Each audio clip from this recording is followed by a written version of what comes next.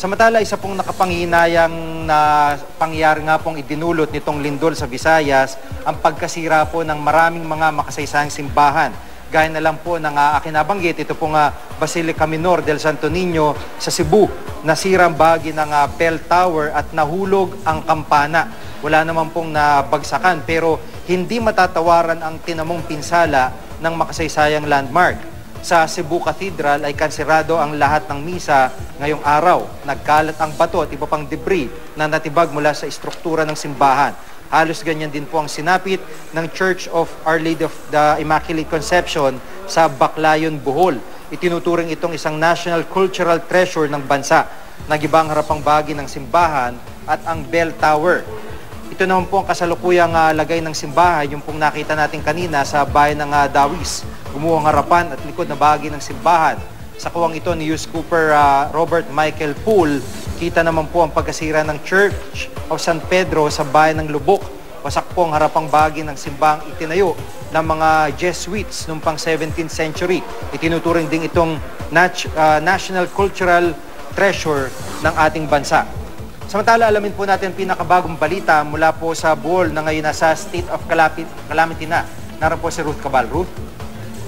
Jiggy, nandito nga tayo sa Baclayon. Alam mo, Jiggy, kanina lang mga bago mag-alas 5, no? Dalawang malalakas na aftershocks yung naramdaman natin habang nagsushoot nga tayo dito dun sa na-damage na Baclayon Church. Talagang nung nagkaroon ng aftershock, mga about 20 seconds, malaking bitak na naman nung bahagi ng bell tower, yung pader ng bell tower, yung bumagsak habang ang takunan nga natin yan kanina habang nagsushoot tayo dito at yung ilang mga tao nakita natin ay nagtakbuhan rin naman dun sa palabas ng kanilang mga bahay pero hindi naman din nagtagal, 20 seconds lang yung aftershocks kaya kahit paano ay nakalma rin naman sila. Kanina rin may nakita rin tayo dito rin sa Baclayon na isang bahay na gumuho talaga yung flooring niya at bumagsak rin maging yung kanyang sasakyan, no, dahil dun sa lakas nung 7.2 magnitude na lindol na naramdaman nila kaninang umaga. At kwento nga sa atin ng mga residente, dati na raw silang may mga naramdamang paglindol pero ngayon lang daw talaga na ganito kalakas kaya nga talagang bumagsak at gumuho yung flooring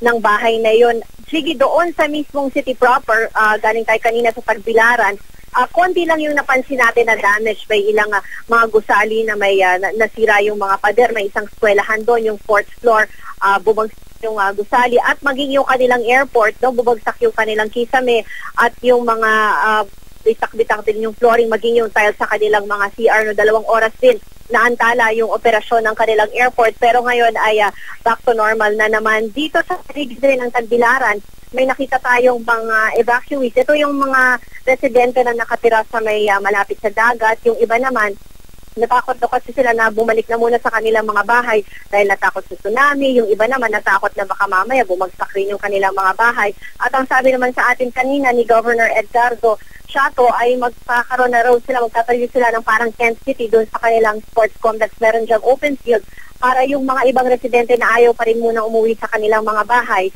ay doon na lang muna magpalipas ng gabi. Sige? Ruth, mula Tagbilaran, papunta dyan sa may Baclayon Church, kumusta yung naging biyahe nyo? Di ba nagkabitak-bitak din yung mga dinaanan nyo? Kumusta yung sitwasyon? May dito pa naman dahil medyo malapit lang naman to from Tagbilaran, no? Parang wala pang mga 40 minutes. Maayos naman yung daan pero talagang meron tayong nakitang bahagi nung mga kalsada na medyo may cracks, may bitak talaga. Pero may mga nakabantay naman dyan na mga pulis, may ibang mga taga-barangay. Kina-guide naman nila yung mga sasakyan dun sa mga areas na hindi mo pwedeng daanan, GD. Sa ngayon ba, ongoing pa yung mga rescue operations o yung mga...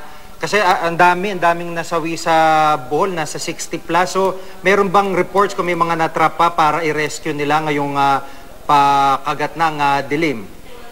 Kanina kasi nung nakausap natin si Governor Shato, ang sinabi natin, although hapon pa yan, mga 2 hours ago, ang sinasabi niya ay ongoing daw yung rescue operations. Ang hirap daw kasi ngayon, dahil yung mga malalayong bayan ay hindi pa rin daw nakakapagbigay ng report sa kanila, ng mga casualties, at yung iba nga daw may mga reported landslides din, pero hindi pa nila na-verify ang mga yan, hindi pa nako-confirm, dahil yung ibang lugar hindi nga mapuntahan dahil may mga saradong bridges, kaya hinihintay pa lahat nila pumasok yung mga reports from sa iba't ibang mga bayan para makolate nila at malaman talaga at ma-assess kung gaano kalawak yung naging damage.